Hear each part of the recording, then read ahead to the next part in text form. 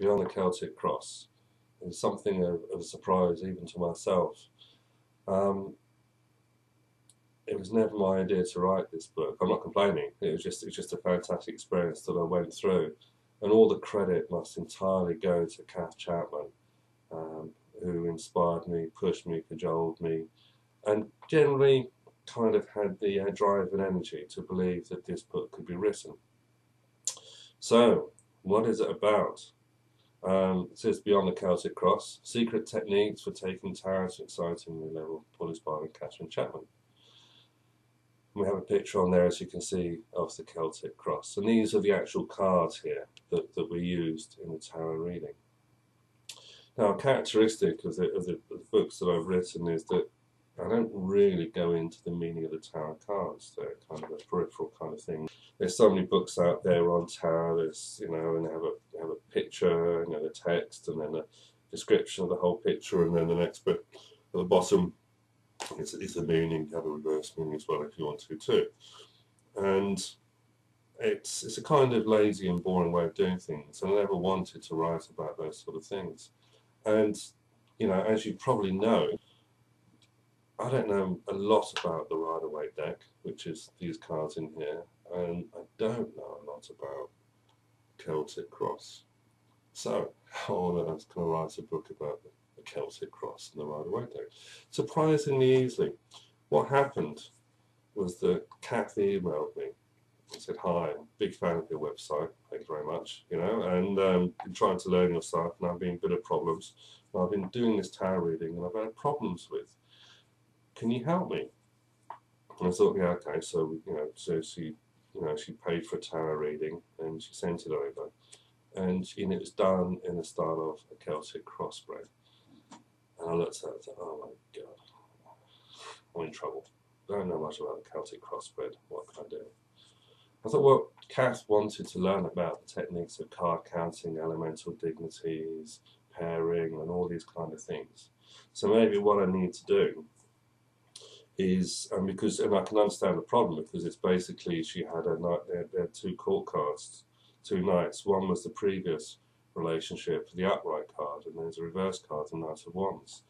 And she wanted to know where her future belonged, with her ex or with someone new. And the new card being reversed is like a bit of a problem.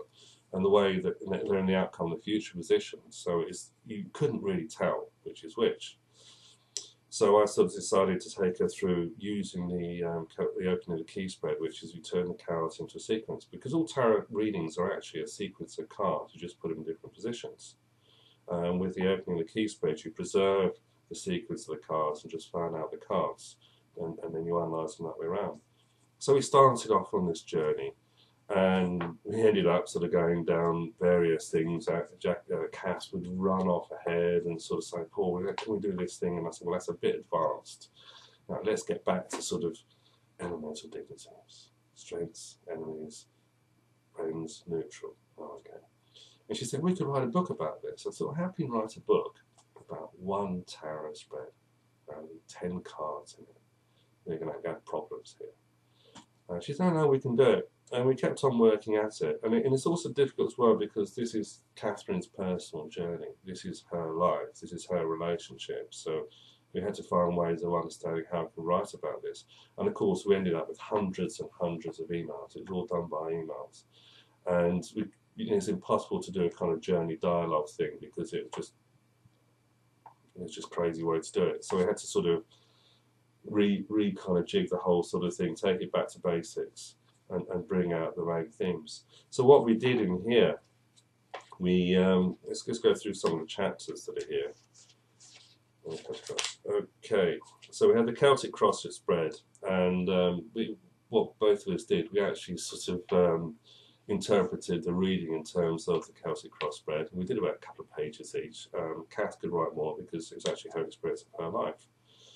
And then we go on to understand the 4 elements and the rules of elemental dignities, pairing the cards, 3 card combinations, analysing things, using the aces. There's an interesting thing with the aces. In the original Golden Dawn system, because the aces represented spirit or akasha, then they counted 5. But as the Crowley had an extra dimension where you can actually count 11. And when the situations where things don't seem to be having much to win, you can count 11 to unlock the system, if you like. So we tried that as well. And then also the uncounted cards. And ultimately, we had this big question of who is the Knight of the Wand, who is the Knight of Wands, which is the question. And it's a kind of whodunit, really. I won't give away the thing because it's a great story and how we get there, and the clues are there right at the beginning. So I mean, we had kind of we kind of thought of calling this book something like, you know, who is the Knight of Wands, or finding the love of your life, a Mills and Boon kind of thing. But we ended up, the publisher suggested, Beyond the Celtic Cross, and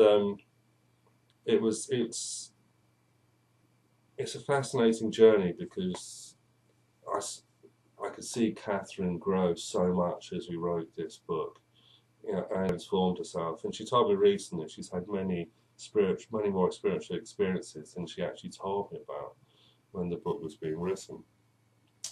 So at some point, you know, we sent it to our publisher, my publisher, and he really liked it, and he gave me some suggestions of how we can structure it to sort of make it a lot easier for people to read.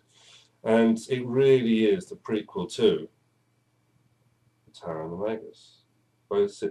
Both books cover the same ground in a sense. The Tarot and the Magus is more advanced, in quotes, and it's the first book written. This one is really written from the perspective of a tarot student. Kath told me what was wrong with Super Tarot, and I took that on board, and she said, well, how can we write this in a way that's going to be more easier and accessible for tarot students?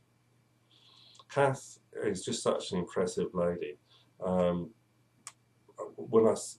we wrote this book, I said that you're really going to have a website that's going to, because when this comes out, they're going to say, my God, how did you manage to work with Hughes-Barlow? It's supposed to be really difficult, isn't it? And so I suggested she get a website, and she now has one of the best, I think the best tarot blog on the internet. It's called tarotelements.com. When Catherine started it, she's called Kate now. She calls herself Kate Chapman, which I think is an element of the confidence that she has now. And you know, when she first started, she didn't really know what to write about, and I just said, well, just get on and write things, because no one knows, because the book isn't out. And of course, when the book came out, then the interest came in, and she's doing such a fantastic amount of work, and in expressing her views and opinions, which she always had, but didn't have the confidence to do. So, what does this book give you?